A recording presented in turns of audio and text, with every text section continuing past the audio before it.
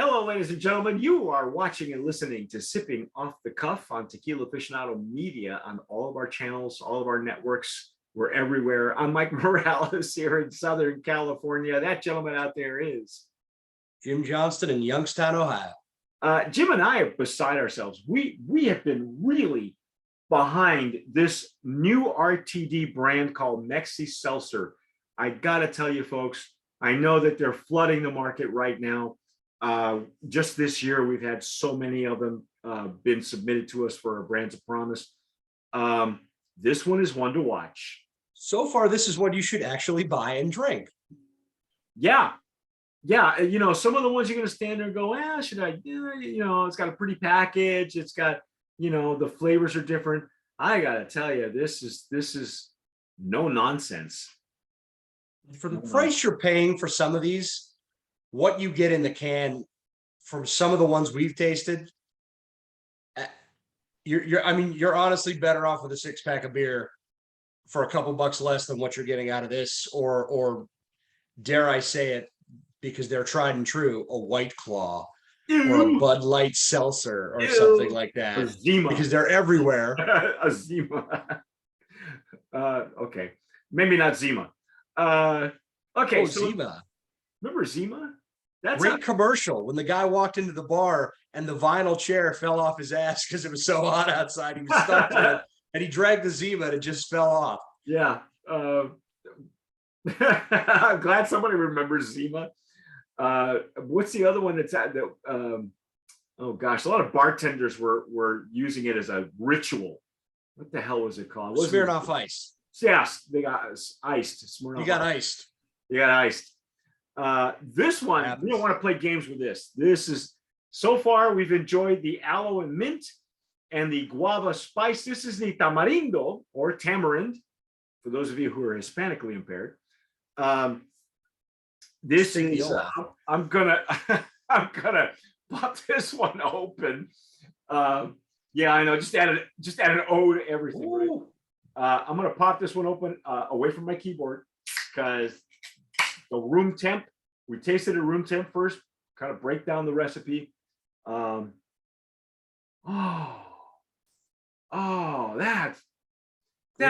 wow. I've been impressed every time. We don't even do this with tequila. You smell the cork or the bottleneck. Wow, it just smells refreshing, like it's a fruit in a can. So we pour some into my LA Dodgers rocks glass. That's right. You have a real baseball team to watch. Yeah, we do. And boy, are they having fun. Yes, they are. 14 runs last night. Oh my God. That might be a ticket I actually buy if they do some interleague and come this way. Well, I don't know what their schedule looks like. I haven't had a chance to even look at my schedule for that matter. So I have no idea. Well, whoever they play doesn't matter. I'm equal distance from PNC Park in Pittsburgh and Progressive Field up in Cleveland. So if I want to catch National League, I go to PNC. If I want to catch American League, I go up to Cleveland. They got their butts kicked in Pittsburgh. They were early on the road trips in the season. Yeah. But everybody had. Now they're really rolling. So here we are. They're fine. They're fine. Oh, it just smells so good. It smells like tamarind. It's tamarind. There's this like underlying spiciness, though. I don't know what that is. Yeah. You get that? No. I'm going to say this because this will change when it's cold. But tamarind naturally has this when you first open up a tamarind fruit. It's got just a hint of a barnyard quality to it. That is that kind of, it's the husk of the tamarind's got this little bit of, like you're driving in the country and you're just kind of like, and you're driving. And there's just, but that means that this is a natural tamarind scent to it, because I've got just that little hint of like, it's like dirty hay. See, in California, you drive by a barnyard. It's usually a dairy, and in the fog, That's like got its I'm own like smell. anybody. I live in the San Gabriel Valley, so I'm not too far from Ontario Airport, and in a foggy day, you can smell Chino because Chino is the next city over. You can smell it all over the airport. You don't smell jet fuel, you smell Chino, and Chino smells like a dairy farm, and you know what that smells like. That's barnyard to me, pal. So Well, right. This is a little bit less of that particular smell, but it is the natural tamarind smell that's got that just that little bit of like kind of a dirty hay smell. I've never. That's one hell of a descriptor, pal. I gotta tell you, it smells like barnyard. It's not overwhelming. It's just a touch. I'm sorry. Otherwise, it smells like you've got that tamarind fruit right up in your nose. That's the best descriptor I've ever heard, and you own it. I love it. Well, okay. Well, let's dive in because each one of these flavors has been very fruit forward. So I'm anxious to taste this at room temp because it's interesting that any of these recipes are really inviting at room temperature, and the guava spice has got a beautiful color to it. This one doesn't have any. It's a little off color, but not bad.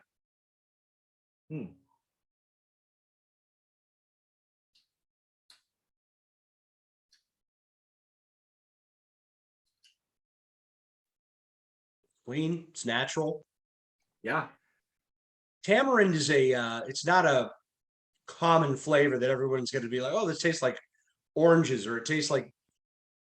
It's interesting because if anybody likes pad thai, tamarind is what gives it that little bit of a kind of a brown hue to it, but it's got that.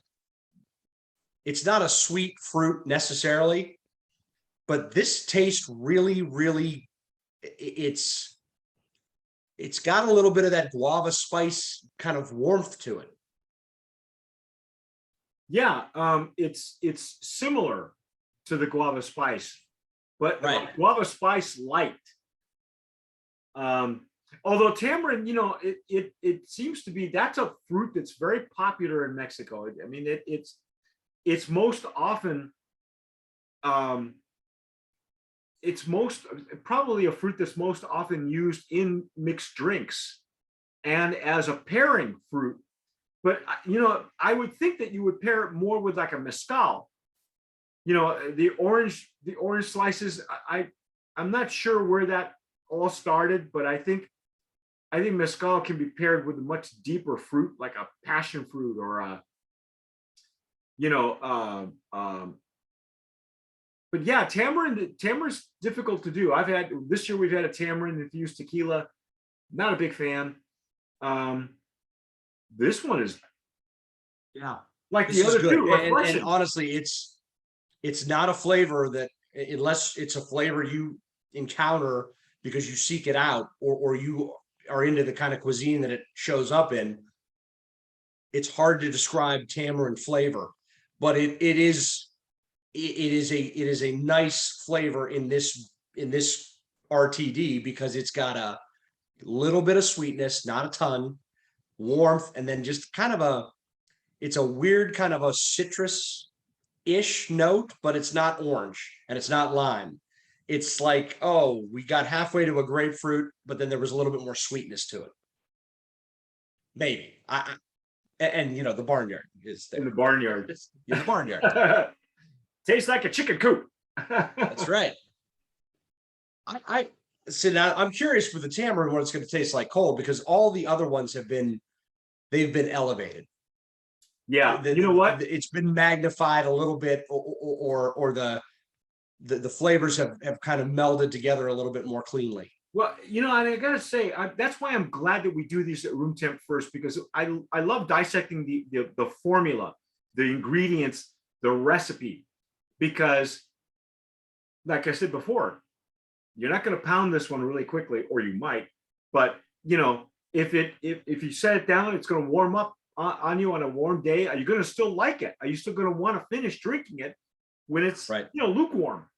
And so at room temp, and I think it's a real eye opener if you're a geek like us, where you see where these recipes are going, and then how they convert and change completely once they're, some of them you and I have done.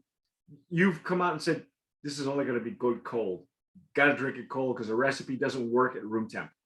Right. And so let me hit the pause button on this. I'm going to go grab my cold one out of the fridge, and then we're going to see what we got at a chilled. And mine's been chilling for 2 days, so I'm ready for that. Okay, so I brought my chilled one out of the fridge. I'm going to pop this baby open, and we're going to taste it chilled. Been chilling it for a couple of days, and pour it back into my my Los Angeles Dodgers rocks glass. Now batting. Again, it's kind of an off color, but no, it's actually it's not bad. I love the color on that guava spice. Beautiful color on that. Yep. Oh. Barnyard's gone. I was just gonna say, barnyard's gone. That little just base smell of dirty hay. We'll call it that. Okay. That's gone. This is actually kind of bright. Yeah, it got really bright, like the mojito, like the mint aloe. It got brighter. It turned up a few notches. This is the same way. You know what I gotta say? Each one of these, I see they're very inviting. The nose is inviting, and it almost, and I said this before, it tastes like it's good for you. Yes.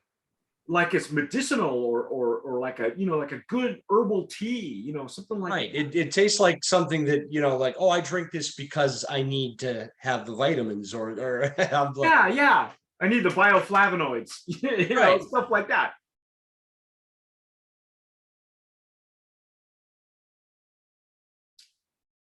Oh my goodness. The tamarind is elevated cold. Yeah. Damn, this is good. Very good. Holy moly, this is really good. There's just and I like the fact that that little, like, almost grapefruit-esque, just very hint of bitterness on tamarind is elevated with this, but it's also cleaner because of the carbonation at the end.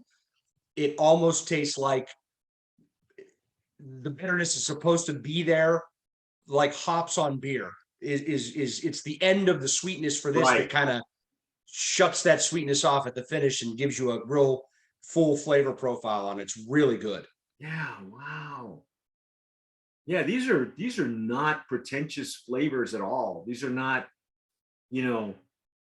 I said this in the guava spice. I said this is almost like not an RTD for the mainstream. This is like an RTD for people that really know their tequila, and they that enjoy a real mixed drink. I mean, this is not, it's not a ranch water they slap the label on. It's not. It's just not. And it's also there are flavors that, if you're not familiar with this cuisine or the style of these flavors, you're going to think these taste good, but you're not going to be able to say, oh, this tastes like tamarind or guava spice, but it's good. But you're not going to be like, oh, a little hint of clove and ginger on the guava spice and a little hint of grapefruit bitterness. And it's going to taste good. You're going to be like, I wonder what that tastes like. Especially this one. Yeah, especially, because tamarind is just not, unless you got a bodega somewhere nearby, you're not going to, you really don't have a reference for it. And honestly, my only reference now is tamarind infused tequilas. Because it's just not a fruit that you go after unless it's really, as you said, these are flavors that are more traditional to Mexico, honestly, or in Mexican cuisine. Or South Asian. Or South Asian, yes. So, wow, man. But each one of these is refreshing. And this is one of the honestly, it's the first RTD where I felt this is one I want to have in my fridge. Yep. No, this is one that that would be my go-to. You know what I mean? I would keep this cold on hand Yes. all summer long and drink it. Actually, like, look forward to drinking it, because we've had a couple RTDs where if it was the only thing you had on a hot day, I would probably just be like, Just let me have I'll a have glass of water. Yeah. Yeah, I'll have water. Yeah, got any ice? Right. Yeah. Right. I mean, This is not that though. No, this is not that. This is, in fact, let's give you the ins and outs. If you haven't seen the other two reviews, this is MexiSeltzer. It's coming out of, it actually is being canned in Mexico. It's a 6%er, and it's NOM 1414. Feliciano Vivanco y Asociados. They have wonderful tequilas come out of there, like Siembra Azul, Gran Ovejo, Cabeza. What else have I had? Oh, Viva Mexico, which is their flagship brand. So somebody who knows this tequila would really appreciate this. I was made aware that they were going to update their facilities.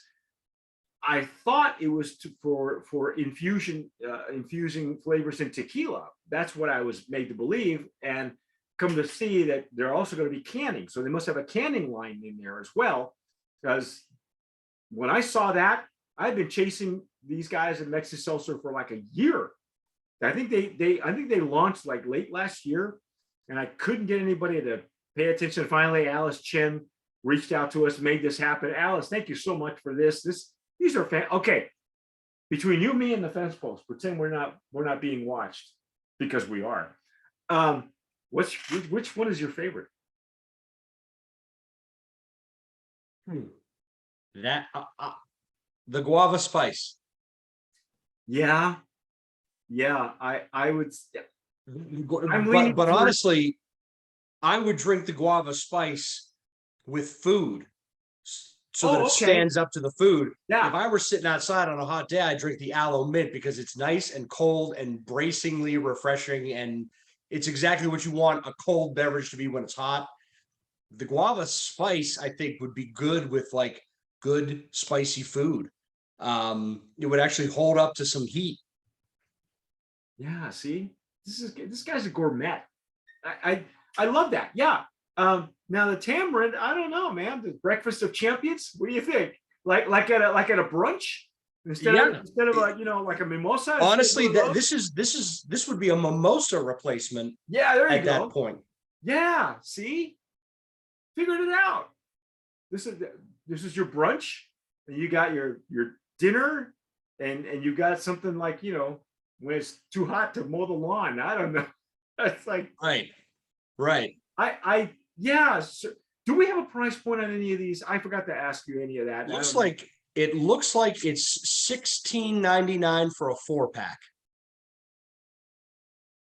That's right in the sweet spot where everybody else is. And right now, if you want to get them and you're in the great state of California, you can. Everywhere else, baby coming soon.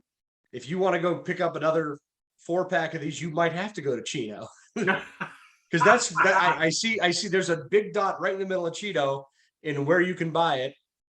I don't want to go to Chino, because the only thing other than a dairy out there is the prison.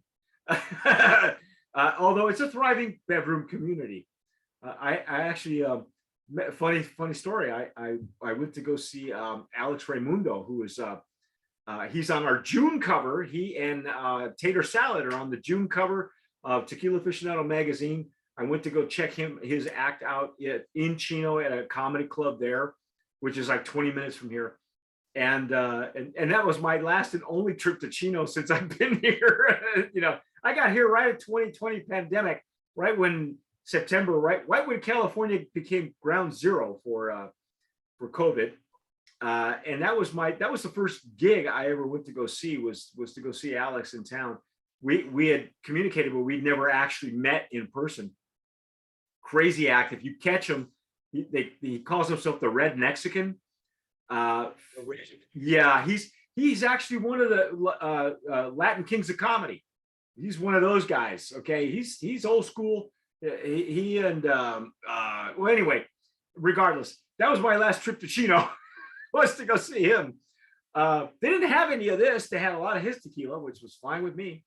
I had a couple of blancos, and then after his show, we killed off his extra añejo that he'd been drinking the whole act. I thought it was a bottle of fake stuff, and he says, "Oh no." We started pouring. He was drinking the real deal. I don't know how he did it, but probably because it was a 100% and very well done tequila. Anyway, Yeah. go get your copy of the June issue of Tequila Aficionado magazine, or if you don't want to go that far, get yourself some MexiSeltzer from Gnome 1414. This is the Tamarindo. It's gonna be hard for me to pick a favorite because they're all very good. They're all very They're well all very done, good. folks. Very traditional flavors.